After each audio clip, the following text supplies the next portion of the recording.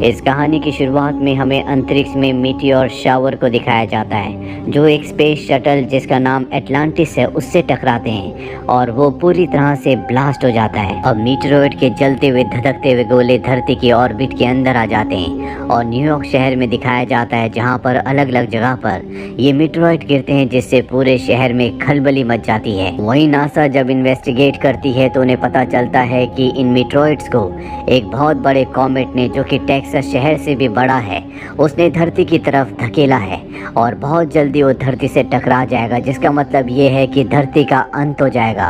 और अब सब के सब इस बात से परेशान हो जाते हैं, क्योंकि किसी भी कीमत पर इन्हें उस कॉमेट को रोकना होगा। प्रेसिडेंट को भी ये बात बताई जाती है, जिसके बाद ये तय करते हैं कि इन्हें उस कॉमेट को ब्लास्ट करना होगा, लेकिन बाहर से उस कॉमेट को ब्लास्ट नहीं किया जा सकता।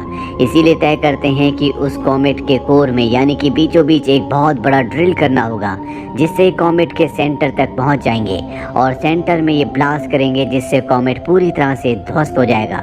लेकिन कॉमेट में ड्रिल करना इतना आसान नहीं है, इसीलिए नासा की टीम हैरी नाम के एक आदमी के पास जाती है, जिसका ड्रिलिंग का काम है। वो समंदर में ड्रिलिंग करके ऑयल निकालता है। इसकी अपनी खुद की कंपनी है।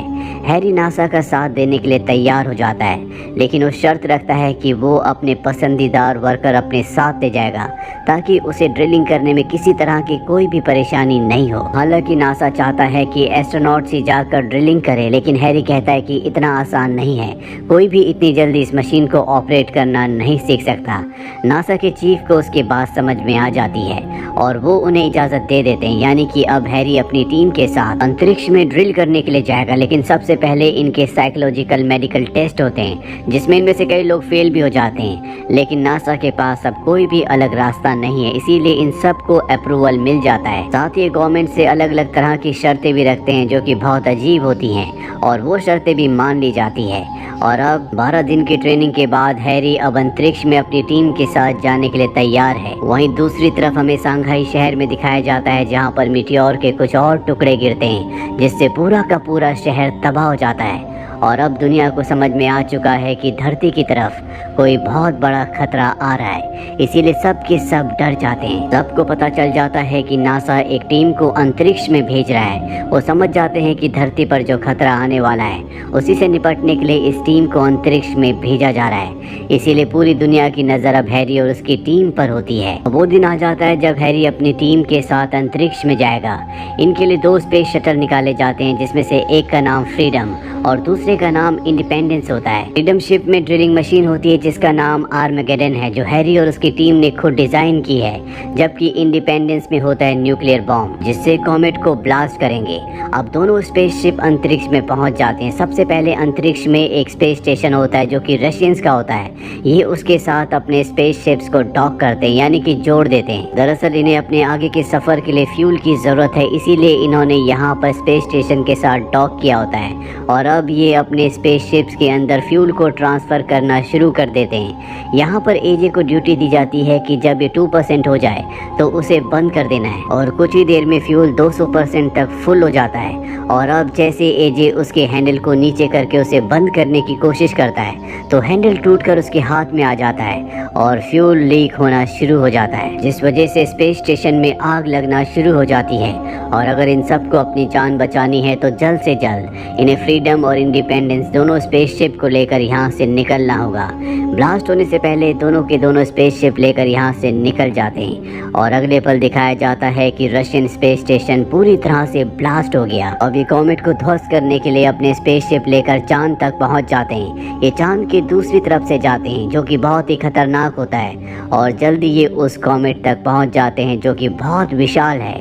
और इसी कॉमेट के अंदर इन्हें ड्रिल करके न्यूक्लियर बॉम्ब को फिट करना है, ताकि ये उसे ब्लास्ट कर दें, जिसके बाद वो बड़े बड़े टुकड़ों में बट जाए, जो अर्थ पर ना गिरकर अर्थ के आसपास से निकल जाएं। लेकिन अब इनके स्पेसशिप के आसपास बड़ी बड़ी डेब्रिज, यानी कि बड़े बड़े पत्थर उड़ रहे होते हैं, जिस वजह से इन्हें बहुत प्रॉब्लम आ रही होती है। और तभी कुछ टुकड़े इंडिपेंडेंस स्पेसशिप से टकराते हैं, जिस वजह से वो उस कॉमेट के ऊपर क्रैश हो जाता है। यहाँ पर पायलट के साथ और भी कुछ लोग मारे जाते हैं। एजे भी इसी स्पेसशिप में होता है, और जब उसे होश आता है तो वो देखता है कि उसके कुछ साथी मारे जा चुके हैं, जिस वजह जिससे वो पूरी तरह से टूट जाता है, लेकिन अब भी उसके कुछ साथी जिंदा होते हैं और वो उनके साथ स्पेसशिप से बाहर निकलता है। इनके पास एक ड्रिल मशीन भी है जिसका नाम आर्मेगेडोन है और वो उस ड्रिल मशीन को लेकर उसके सरफेस पर जाते हैं जहाँ पर इन्हें ड्रिलिंग करनी है और उसके बाद उसके कोर में न्यूक्लियर बॉम्ब को फिट करके इसे ब्लास्ट करना है। अब एजे इस ड्रिलिंग मशीन को ऑन करके अपने दूसरे साथियों को ढूंढने के लिए निकल जाता है। वहीं हैरी को दिखाया जाता है जो अपनी टीम के साथ सेफली लैंड कर जाता है, लेकिन जो इनकी लैंडिंग की पोजीशन थी वो यहाँ से 50 किलोमीटर दूर होती है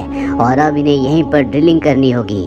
और ये जो सरफेस होता है बहुत ज़्यादा हार्ड होता है, पर अब इनके पास कोई भी ऑप्शन नहीं है, इसीलिए हैरी अपनी टीम के साथ यहाँ पर ड्रिल करना शुरू कर देता है। पर सतह इतनी ज़्यादा हार्ड होती है कि इनकी एक ड्रिल टूट जाती है और जल्दी अगर इन्होंने गहरा ड्रिल नहीं किया तो धरती हमेशा के लिए खत्म हो जाएगी। नासा से इनका संपर्क टूट चुका था, पर एक बार फिर से इनका नासा से संपर्क हो जाता है। नासा इन्हें बताती है कि वक्त के हिसाब से अब तक तुम्हें 500 फीट नीचे ड्रिल कर देना चाहिए था, लेकिन अभी तक ये ड्रिल कर ही नहीं पाए होते, जिसका मतलब ये है कि इनका मिशन लगभग पूरी तरह से फेल हो चुका है। अब जो नासा का चीफ होता है वो हैरी से कहता है कि तुम्हें काम बंद करना होगा और जो तुम्हारे पास न्यूक्लियर बॉम्ब है उसे सतह पर ही ब्लास्ट करना होगा, क्योंकि अब इनके पास और कोई भी ऑप्शन नहीं है। हैरी को ऑर्डर मिल जाते हैं, लेकिन हैरी ऐसा नहीं करना चाहता, इसीलिए वो सबसे बात करता है, लेकिन उसकी बात को डिसअप्रूव कर दिया जाता है और नीचे से न्यूक्लियर बॉम्ब को एक्टिवेट कर दिया जाता है। इनके पास अब कुछ ही मिनट्स हैं जिसके बाद ये न्यूक्लियर बॉम्ब फट जाएगा और इन्हें उसके फटने से पहले यहाँ से निकलना होगा, जो अपने आप में एक असंभव बात है। लेकिन एक बार फिर से बॉम्ब को रोक दिया जाता है ताकि इन्हें यहाँ से निकलने का मौका मिल जाए। वहीं हैरी पायलट को बोलता है कि अब हमें फैसले करने होंगे, अर्थ से लोग सिर्फ ऑर्डर्स दे रहे हैं, लेकिन यहाँ की रियलिटी क्या है ये हम जानते हैं, तुम्हें मेरा साथ देना होगा। हालांकि शुरू में पायलट उसकी बात नहीं मानता, लेकिन बहुत आर्गुमेंट होने के बाद वो हैरी का साथ देने के लिए मान जाता है, जिसके बाद सबसे पहले न्यूक्लियर बॉम्ब को डीएक्टिवेट करते हैं ताकि उसका कंट्रोल इनके पास रहे और एक बार फिर से ड्रिलिंग करना शुरू कर देते हैं। लेकिन ड्रिलिंग के दौरान नीचे से मीथेन गैस निकलती है जो कि बहुत ही खतरनाक है, उसमें कभी भी धमाका हो सकता है और ठीक अगले पल ही ऐसा होता है, एक जोरदार धमाका होता है जिससे इनकी ड्रिल मशीन और साथ ही जो ड्रिल मशीन को ऑपरेट कर रहा होता है वो दोनों के दोनों खत्म हो जाते हैं और अब इनके पास कोई भी रास्ता नहीं है जिससे ड्रिल कर सकें, जिसका साफ साफ मतलब ये होता है कि इनका मिशन पूरी तरह से फेल हो चुका है। धरती पर सब कोई बात पता चल जाती है, इसीलिए सब के सब दहशत में आ जाते हैं। लोगों को समझ में आ जाता है कि जल्दी धरती खत्म होने वाली है, इसीलिए लोग अपने अपने बंकर्स में जाना शुरू कर देते हैं ताकि वो अपनी जान को बचा सकें। और अगले पल दिखाया जाता है कि कॉमेट का एक बहुत बड़ा हिस्सा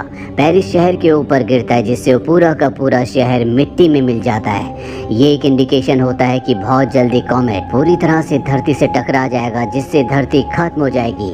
वहीं हमें एजे को दिखाया जाता है जो अपने साथियों के साथ हैरी और दूसरे लोगों को ढूंढ रहा होता है। इनके पास ड्रिलिंग मशीन भी होती है और अब इनके आगे रास्ता खत्म हो जाता है, ये आगे नहीं बढ़ सकते, इसीलिए अपनी मशीन के थ्रस्टर्स को ऑन करते हैं जिससे इनकी मशीन हवा में उड़ना शुरू हो जाती है और काफ़ी मुश्किलों का सामना करने के बाद ये लैंड करते हैं और हैरी तक पहुंच जाते हैं। हैरी ने देखकर बहुत खुश होता है क्योंकि इनके पास ड्रिलिंग मशीन होती है और एक बार फिर से ड्रिलिंग करना शुरू कर देते हैं। ड्रिलिंग मशीन को एजे ऑपरेट कर रहा होता है और जल्दी ये 800 फीट नीचे पहुंच जाते हैं, जिसके बाद मीथेन गैस एक बार फिर से निकलना शुरू हो जाती है और एजे बड़ी ही सावधानी से लगातार नीचे ड्रिल करता ही चला जाता है। हालांकि गैस का प्रेशर लगातार बढ़ता जाता है, लेकिन एजे सब कुछ बहुत सावधानी से करता है जिससे इनकी ड्रिलिंग मशीन को कोई नुकसान नहीं पहुंचता। पर प्रेशर लगातार बढ़ने की वजह से इनके न्यूक्लियर बॉम्ब का ट्रिगर टूट जाता है, जिसका मतलब ये है कि अगर इन्हें ब्लास्ट करना है तो किसी एक को बॉम्ब के साथ रहकर उसे एक्टिवेट करना होगा, नहीं तो बॉम्ब कभी ब्लास्ट नहीं हो पाएगा। ये सब के सब वापस अपने स्पेसशिप के अंदर आ जाते हैं और अब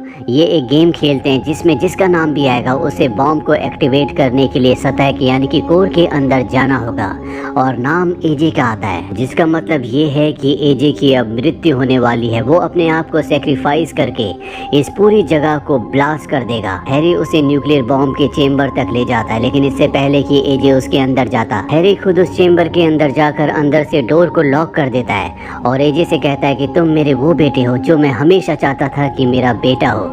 तुम मेरी बेटी का ध्यान रखना। दरअसल एजे उसकी बेटी से प्यार करता और उसकी बेटी भी एजे से प्यार करती है और जल्दी वो शादी करने वाले हैं। इसके बाद हैरी अपनी बेटी को भी कॉल करता और उसे आखिरी गुड बाय कहता है। जितने भी यहाँ पर लोग होते हैं वो सब के सब फ्रीडम स्पेसशिप से इस जगह से निकल जाते हैं और जब वो एक सही दूरी पर पहुँच जाते हैं तो हैरी उस न्यूक्लियर बॉम्ब को लेकर कोर तक पहुँच जाता है और वहाँ पर उसे एक्टिवेट कर देता है और अगले पल एक बहुत बड़ा ब्लास्ट होता है जिससे कॉमेट 2 हिस्सों में बढ़ जाता है और वो धरती पर ना गिरकर धरती के आसपास से निकल जाता है, जिससे धरती पूरी तरह से सुरक्षित रह जाती है, यानी कि धरती बच चुकी है। हैरी ने अपनी जान देकर पूरी मानवता को बचा लिया, वरना आज इस कॉमेट से पूरी धरती खत्म हो जाती। और इसी के साथ ये फिल्म, ये कहानी यहीं पर खत्म हो जाती है। उम्मीद करते हैं कि ये कहानी आपको पसंद आई होगी।